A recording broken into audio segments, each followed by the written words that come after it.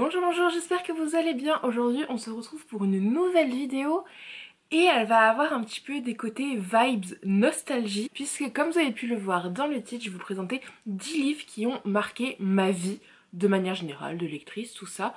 J'en présente que 10 puisque déjà c'est pas mal, ça va faire une vidéo assez conséquente. Et je pense que ça va être une première vidéo d'une série parce que forcément il y a plein de livres qui me marquent, mais là j'ai pris je crois 10 livres les plus marquants peut-être. Alors j'ai pas forcément pris mes 10 livres préférés parce que ce ne serait pas la même vidéo, même si tous les livres que je vais vous présenter, je les adore. Quoique il y en a que j'ai même pas lu encore, mais en tout cas il y a un affect particulier. Il y a une anecdote qui découle de ce livre et c'est pour ça que je vous les présente aujourd'hui. J'ai essayé de les faire de manière plutôt chronologique, donc j'espère que ça va être le système qui va être le plus simple pour suivre la vidéo. Et on va commencer sans plus tarder. Le premier livre dont j'ai envie de vous parler, c'est L'œil du loup de Daniel Pénac, publié chez Pocket Jeunesse, que du plus loin que je me souvienne, c'est le premier livre que j'ai lu seule. Je précise seule parce que je sais qu'en dernière section maternelle, on était 3 à lire un livre pour les premières sections de maternelle qui était genre Le loup et les 7 chevreaux ou que sais-je. Mais vraiment, le livre qui a marqué ma jeunesse, vraiment ma jeunesse, ma primaire et tout, c'est L'œil du loup de Daniel Pénac. Cette couverture qui était un petit peu différente mais qui ressemblait quasiment à ça quand j'étais plus jeune m'avait vraiment intriguée. L'histoire m'avait bouleversée au plus haut point, je l'avais adorée. Et du coup je l'avais emprunté à la bibliothèque de mon école. Je l'ai racheté il y a peut-être 6 ans, quelque chose comme ça, puisque j'ai eu la chance de voir Daniel Pénac en dédicace, en conférence puis en dédicace, et c'était juste absolument génial. J'ai relu ce livre à ce moment-là et j'avais un autre regard, un regard d'adulte, parce que le livre peut paraître assez gentil quand on est enfant et en fait il y a plein de messages cachés qu'on découvre quand on devient plus vieux et c'est un bonheur. Et du coup j'ai ma petite dédicace. Et ce qui est trop bien avec Daniel Pénac, c'est qu'il t'écoute avant de faire la dédicace et je lui disais que c'était mon livre jeunesse préféré, que je l'adorais et tout, et du coup que je l'avais dévoré, et du coup il m'a dessiné là en train de courir partout pour dévorer son livre, et du coup il personnalise ses dédicaces comme ça. C'est un des livres les plus importants pour moi qui se trouve dans ma bibliothèque. Le fameux Si je devais partir avec quelques livres sur une île déserte. Certes, il est super court, mais ce serait compliqué de ne pas emmener L'œil du loup. Et à tous les coups, si je fais cette vidéo un jour, il sera pas dedans. À tous les coups, je vais me contredire. Mais vraiment, c'est un livre qui est essentiel à ma bibliothèque et à ma vie personnelle. Voilà. Je grandis un peu, je suis toujours fourrée dans les bibliothèques de mon école et aussi dans les bibliothèques des villes annexes, que dans mon village il y en avait clairement pas. Parce que j'avais un peu tout lu ce que je voulais lire dans les bibliothèques d'école, type les magazines Okapi et tout ça, j'étais fan. Et je vais à la bibliothèque de la ville d'à côté et je découvre le premier tome de Journal d'une princesse de Meg Cabot, donc maintenant qui s'appelle Le Journal de Mia, c'est publié au livre de poche. Ça a été réécrit il y a quelques années et c'est la saga qui a suivi toute ma jeunesse et même encore maintenant parce que j'ai fait une relecture que j'ai terminée l'année dernière. J'ai fait plein de relectures. Honnêtement, ce tome-là, j'ai dû le lire plus de 10 fois. Si ce n'est 15, si ce n'est plus. Mais vraiment les 6 premiers tomes, parce qu'au départ j'avais que les 6 premiers que j'empruntais à la bibliothèque et ensuite je les ai achetés.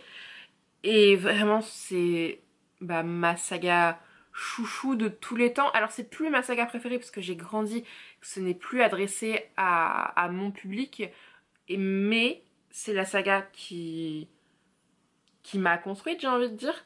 Enfin, c'est vraiment la saga qui a marqué ma vie de lectrice, qui m'a fait vraiment rentrer dans la lecture, qui m'a fait dévorer des livres beaucoup plus gros, parce que quand on compare avec L'œil du loup, oui, il y a plus de textes, et à l'époque, je me rappelle que je mettais plusieurs jours à lire, alors que maintenant, en une journée, certes, c'est terminé, mais on n'a pas du tout la même vision quand on est enfant d'un bouquin. Et vraiment, cette saga fait partie intégrante de ma vie de lectrice, et pareil, jamais je pourrais m'en séparer. Alors là, on vieillit encore un peu plus, que c'est vrai que pendant que j'étais adolescente, je lisais, mais je lisais pas tant que ça, parce que déjà, au lycée, j'étais interne, ce qui fait que j'avais jamais de temps calme seule, il y avait toujours quelqu'un avec moi, on était entre 4 et 5 dans les chambres, et du coup, je lisais peu, je rentrais chez moi le week-end, j'essayais de profiter de ma famille, de jouer aux jeux vidéo aussi, et du coup, c'est vrai que je lisais beaucoup moins. Après le lycée, j'ai commencé mes études de médecine qui ne m'ont pas plu du tout, et pendant que je savais que j'allais me réorienter, même si je voulais pas l'assumer, je voulais pas le dire aux parents et tout, j'ai repris la lecture, j'allais dans les librairies de ma ville, donc du Mans à l'époque, et j'ai vraiment repris la lecture grâce à Hunger Games de Susan Collins, publié chez Pocket Jeunesse. Vraiment, c'est la saga qui m'a fait reprendre véritablement la lecture. Saga qui m'a fait découvrir la littérature ado, young adulte et dystopique en même temps, qui est mon genre préféré, même si en ce moment il y en a moins, donc mon genre préféré est un petit peu dilué parmi tant d'autres.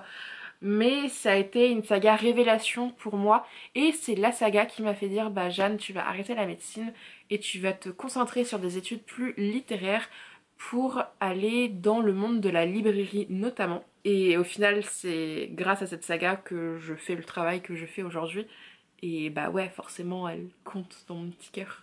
Jeanne grandit, Jeanne a été acceptée dans des études qui concernent le livre au Havre.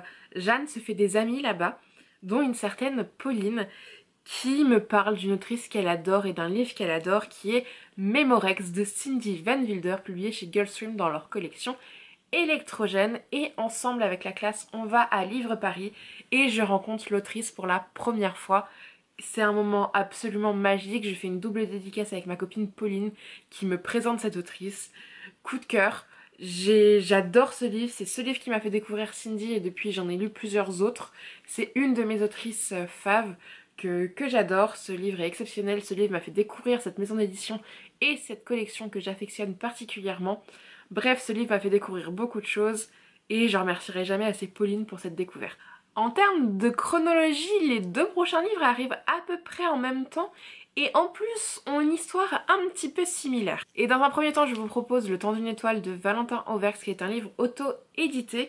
Il a changé de couverture depuis, là j'ai plein de petites post-it de citations.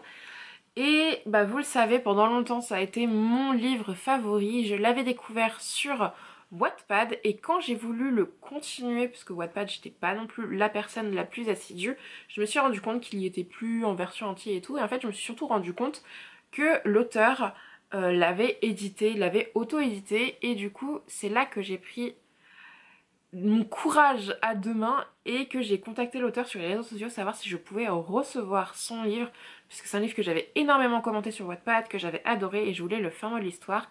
Et du coup je crois que ce livre est mon premier partenariat avec un auteur puisqu'il a gentiment accepté de m'envoyer ce livre et depuis c'est un de mes livres favoris chouchou que j'aime d'amour.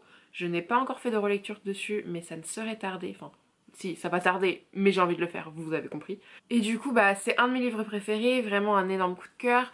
Dès que je l'ai lu, je vous en ai énormément parlé. Enfin, que ce soit sur mon Instagram ou sur ma chaîne YouTube, c'est un livre, si vous n'êtes pas nouveau ici, c'est pas du tout la première fois que vous le voyez. Et juste, bah oui, c'est un livre qui a marqué ma vie. Et je vous ai dit que le prochain avait à peu près la même histoire et c'est Everlasting de Juliette Pierce publié chez Inceptio Éditions. C'est pareil, c'est un livre que j'avais découvert sur Wattpad et quand j'ai voulu le continuer, j'ai vu qu'il était sous contrat d'édition et du coup j'avais contacté la maison d'édition qui était assez jeune à l'époque. C'est un des premiers livres de la maison d'édition pour savoir si je pouvais recevoir ce livre que j'avais adoré sur Wattpad mais que je n'avais pas eu l'occasion de terminer. La maison d'édition a gentiment accepté de m'envoyer ce livre. Après j'ai eu d'autres partenariats avec cette maison d'édition et vraiment c'est un livre que j'ai adoré. Une autrice que j'aimerais découvrir dans d'autres livres, il y en a un qui me tente énormément, je crois que c'est Queen Earths, mais qui n'est pas dans la même maison d'édition parce que c'est son seul livre dans cette maison. Et vraiment c'est un livre qui m'a vraiment marqué parce que pareil ça marque le fait que j'ai été vers une maison d'édition pour avoir un SP, chose qui n'est pas du tout dans mes habitudes, même si je vous ai présenté deux livres où c'est le cas, vraiment c'est très rare que j'aille de l'avant pour essayer d'obtenir, bah là en l'occurrence un SP.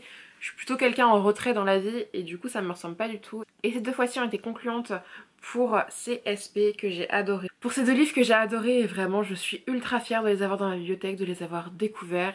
Et vous aussi, il faut absolument que vous les découvriez. Je sais que c'est pas les livres les plus connus de l'univers et pour autant ils méritent énormément de lecteurs et de lectrices. Là on vieillit encore un peu et je suis passée à Paris. Quoique, dans les deux livres d'avant, j'étais déjà à Paris, je crois, pour mes études. Et là, je suis en voyage à l'étranger et il y a une saga que j'adore en français et j'ai appris que le dernier tome ne sera jamais traduit en français. Du coup, je suis dans un pays anglophone, je vais dans une librairie et qu'est-ce que je trouve? La saga en entier en anglais. Et du coup, c'est Cell 7 de Kerry Drewry. Et là, c'est publié chez Hotkey Books, apparemment. Et du coup, bah, ce livre m'a marqué parce que bah, Certes, je les ai pas lus en anglais parce qu'il faut pas déconner, je ne sais pas lire en anglais, enfin très peu. Mais c'est une saga qui m'a marquée, qui m'a un peu fait souffrir quand j'ai su que le tome 3 ne serait pas publié. Et du coup, bah, c'est un cadeau que je me suis fait de moi à moi suite à un voyage à l'étranger. Chose que je fais très peu parce que j'étais très peu à l'étranger. Et bah du coup j'étais trop contente de m'acheter celui-ci. J'ai eu toute la saga à Amsterdam et vraiment c'était un beau souvenir de pouvoir les acheter. Maintenant ce qui serait beau c'est que le souvenir perdure en les lisant évidemment. Je pense que je relirai la fin du 2 en français parce que j'ai encore les deux premiers en français pour essayer de lire le 3 en anglais, mais j'ai des petits doutes sur ma capacité à tout comprendre. Donc on verra bien. C'était pas un achat compulsif non plus parce que j'ai vraiment envie de terminer cette saga, mais c'était un achat à l'étranger, un des premiers voyages où je vais à l'étranger et tout.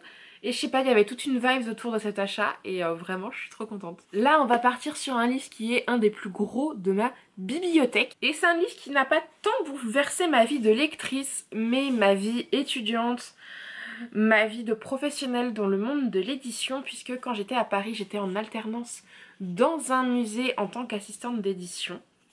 Et bah, j'ai participé à la naissance de ce gros bébé qui est Histoire et art postal du musée de la Poste, puisque... il est lourd, oh la vache. Puisque bah, c'était dans ce musée-ci que j'étais en alternance, et notamment pour la création de ce livre. Il y en a d'autres dont j'ai participé à la création, mais vraiment celui-ci, c'est une grosse bricasse de 400 pages qui retrace toute l'histoire postale et aussi l'art qui découle de cette entreprise. Et du coup j'ai passé quasiment 3 ans de mon apprentissage à m'occuper de ce livre.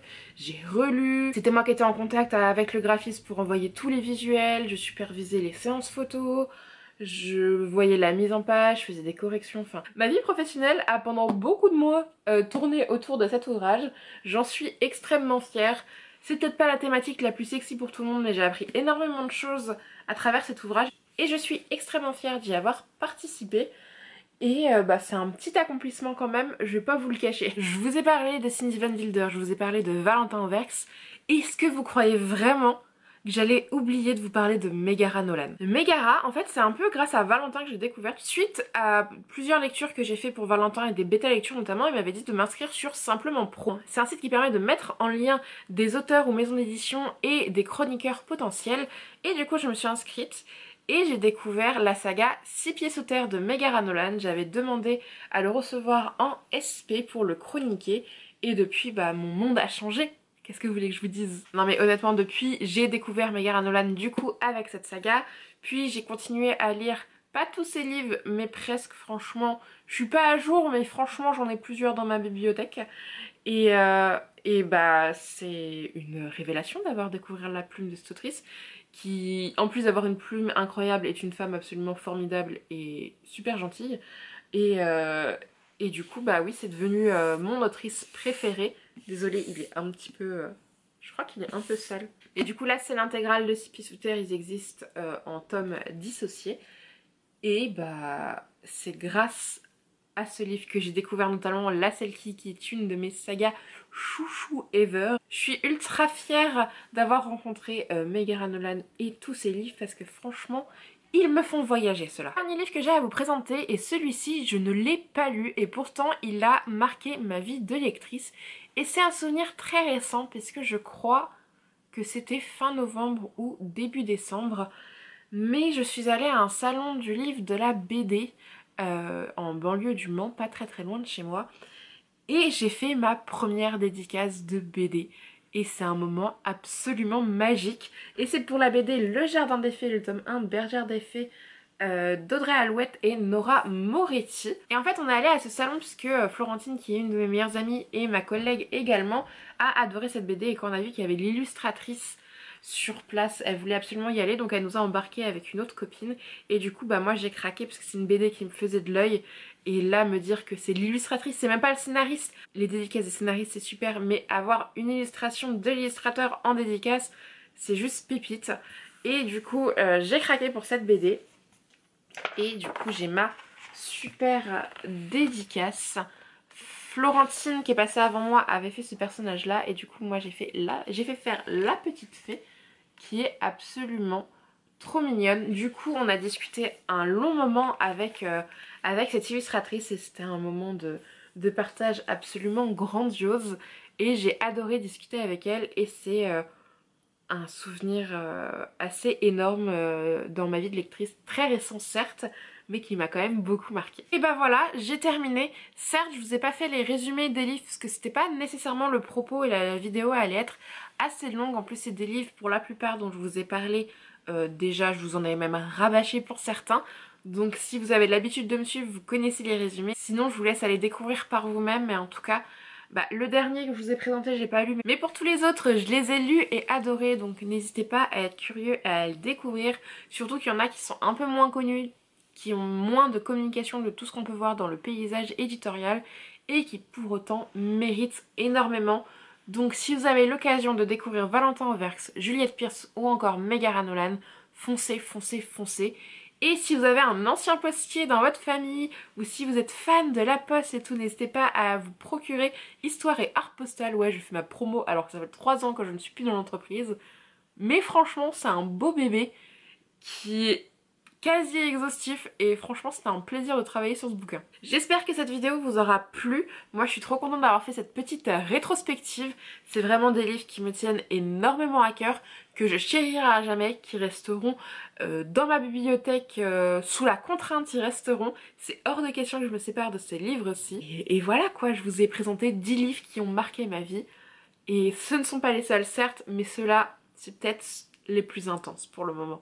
Ceux qui ont le plus intensément marqué ma vie. J'espère que cette vidéo vous a plu. Si vous en avez lu certains, n'hésitez pas à me le dire en commentaire. S'il y en a certains qui vous tentent, bah, n'hésitez pas à me le dire non plus. Que je vous les pitch un peu plus et que je vous donne encore plus envie de les lire et que vous craquiez. Si vous voulez me suivre sur les autres réseaux sociaux, tous les liens se trouvent en barre d'infos. Et sur ce, je vous dis à une prochaine pour une nouvelle vidéo et je vous fais plein de bisous.